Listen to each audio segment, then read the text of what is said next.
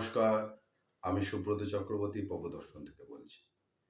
আজকে আপনাদের সামনে যে ভিডিওটা আমি তুলে ধরছি, সেই ভিডিওটা হচ্ছে জ্যৈষ্ঠ মাসে যে পূর্ণিমাটা পড়েছে, সেই পূর্ণিমাটা হচ্ছে বুদ্ধ পূর্ণিমা।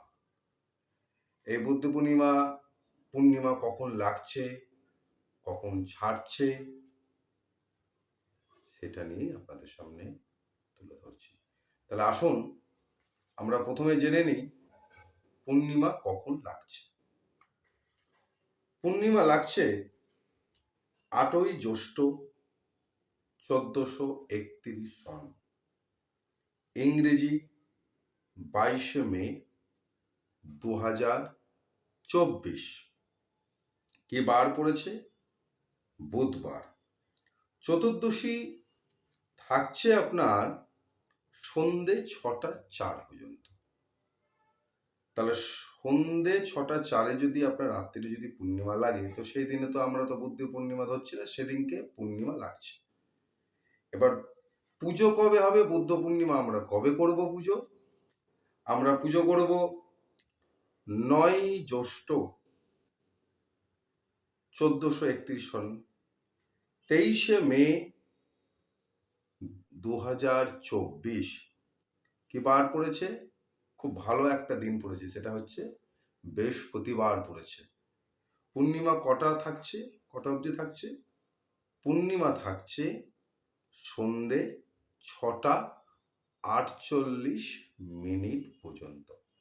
তাহলে আপনি একটা গোটা দিন আপনি পেয়ে যাচ্ছেন, এবং রাত্রিটাও আপনি 6টা 48 পেয়ে যাচ্ছেন। যারা বুদ্ধ পূর্ণিমার দিন নারায়ণ পুজো দেন বা কোনো পুজো, কোনো শুভ কোনো কিছু যদি দেন, তাহলে সেই দিনে আপনারা দিতে পারেন। সেই দিনটা হচ্ছে খুব ভালো দিন, এবং পূর্ণিমাটাও খুব ভালো একটা পূর্ণিমা। বুদ্ধ পূর্ণিমাটা হচ্ছে খুব ভালো একটা পূর্ণিমা। এই পূর্ণিমাতে এই যে আমি আপনাকে কখন লাগলো এবং কখন ছাড়লো, এটা বলার উদ্দেশ্য, যারা পূর্ণিমাতে পুজো দেন না, যারা পূর্ণিমা থাকাকালীন যারা লক্ষ্মী খায় না, তাদের উদ্দেশ্যও আমার বলার এটা, কি আপনি শুধু পুজো দেওয়ার জন্যে আছেন বা পূর্ণিমা এতে আছেন, সেটা না।